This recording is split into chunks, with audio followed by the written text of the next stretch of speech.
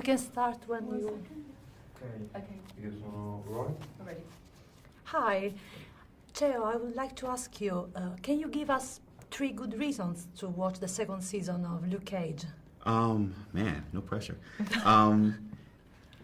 Mike Coulter is fantastic. Luke Cage faces challenges that he has never anticipated before.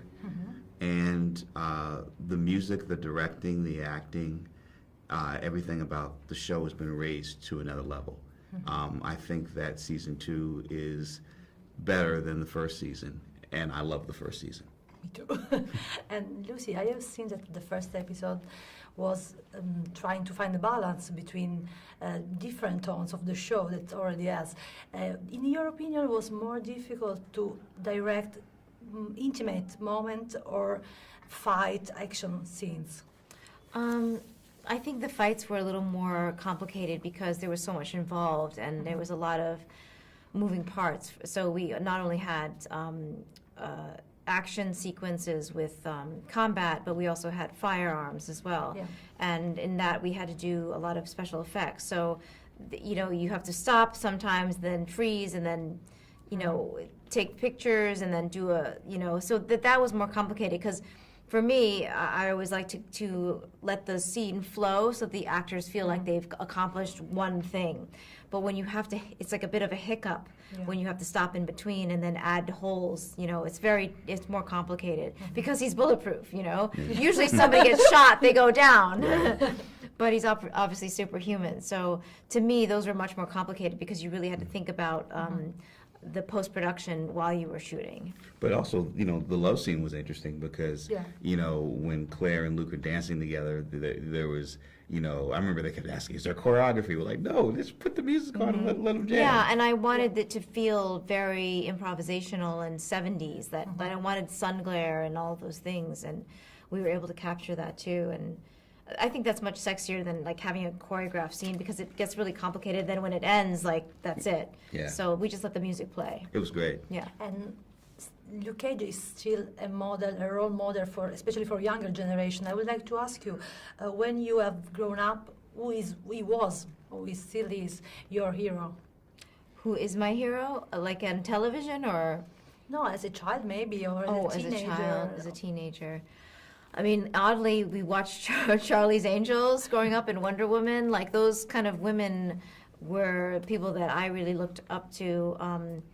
You know, it was hard because I didn't have a Asian, you know, actor or actress that I could connect to or you know, relate to in that level. But I really did find I loved women who were really strong when I was younger, even then.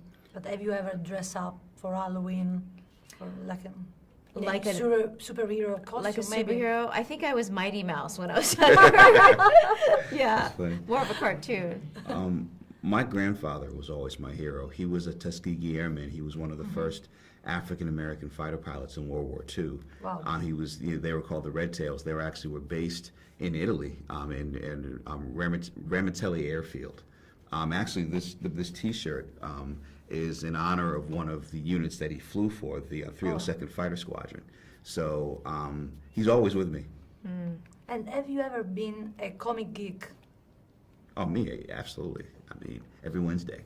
You know, like for me, like I've been collecting comic books since the 6th grade, and so like, you know, I'm proof of, you know, this notion where they say, oh, reading comic books is never going to get you anywhere in life. Like, honestly, reading comic books has made me a lot of money. And I would like to ask you the best memory that you had in Rome. Oh, in Rome. Oh my gosh, the Spanish Steps. One of the most, you know, I came to Rome a long time ago for press, and it was the summer, and it was so magnificent. And you know what's unbelievable about the city is that it doesn't change. Like, it's just so classic, and everywhere you go, there's history. And I remember saying something, they were telling me on the way, the driver was describing a particular location, and I said, oh wow, it's so ancient, it's so much, you know, from the 2nd century, you know, this wall. And I said, you know, from New York, so it's very different. He goes, yes, New York is so youthful. And I never thought of it that way, you know, because New York to me is an old city, but of course it is. And have you learned some Italian words? Prego. That's a good one. Yeah, I mean, you know, Italian is the most beautiful language. But it's funny because in America, Prego is there's actually It's a brand. A spaghetti sauce, a brand called Prego. And so here Prego, you know, I'm like, where's all, you know? Thank you so much Thank for you. your time. Thank